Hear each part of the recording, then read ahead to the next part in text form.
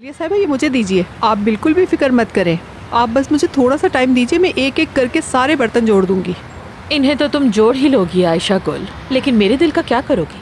मैंने तो सोचा था कि बेटा शादी कर लेगा, अमीर औरत से शादी करेगा तो किस्मत खुल जाएगी, लेकिन उसे तो वो मुसीबत फिर मिल गई। बिल्कुल आलिया साहिबा बिल्कुल, लेकिन सोचिए अब हम आगे क्या करेंगे।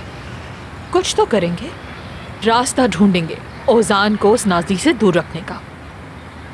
आलिया साहिबा मेरे दिमाग में एक बहुत अच्छी तरकीब आई है। ऐसा करते हैं, हम औजान साहब को अगवा करते हैं और उनको किसी कुर्सी वगैरह से बांध देते हैं। तुम्हारा तो दिमाग ही खराब है, अक्ल इस्तेमाल किया करो कभी। ये करेंगे तो समरीन के साथ मामला कैसे आगे बढ़ेगा? हाँ, ढंग की बात किया करो तो। अरे हम उनको अगवा कर लेंगे ना, औजान साहब को और अमरीन साहिबा दोनों को एक कमरे में बंद कर देंगे। आपको पता है ना, रजब के हाथ में जो सीडी है उसकी वजह से हमें सिर्फ सजा ही मिल सकती है। अगर औजान साहब और अमरीन साहिबा के बीच में बात बन गई तो कम से कम औजान साहब हमारा उस वक्त तो ख्याल कर लेंगे जब हम जेल में होंगे।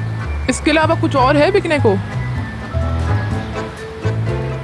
वो आप बेच रही हो, अपने खरीदने तुमने?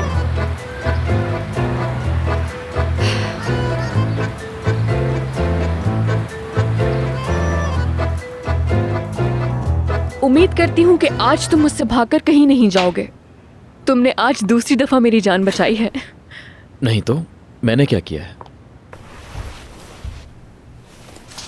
बहुत कुछ। चलो चलते हैं।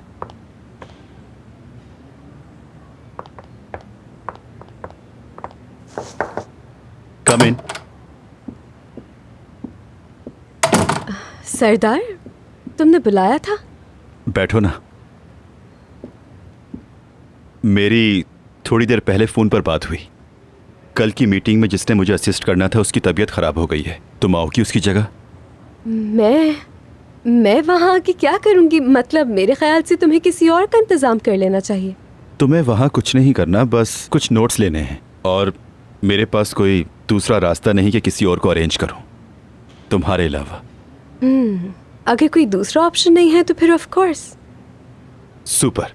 तो फिर सुबह मैं तुम्हें तुम्हारे घर से पिक कर लूँगा, हम साथ चलेंगे। ठीक है।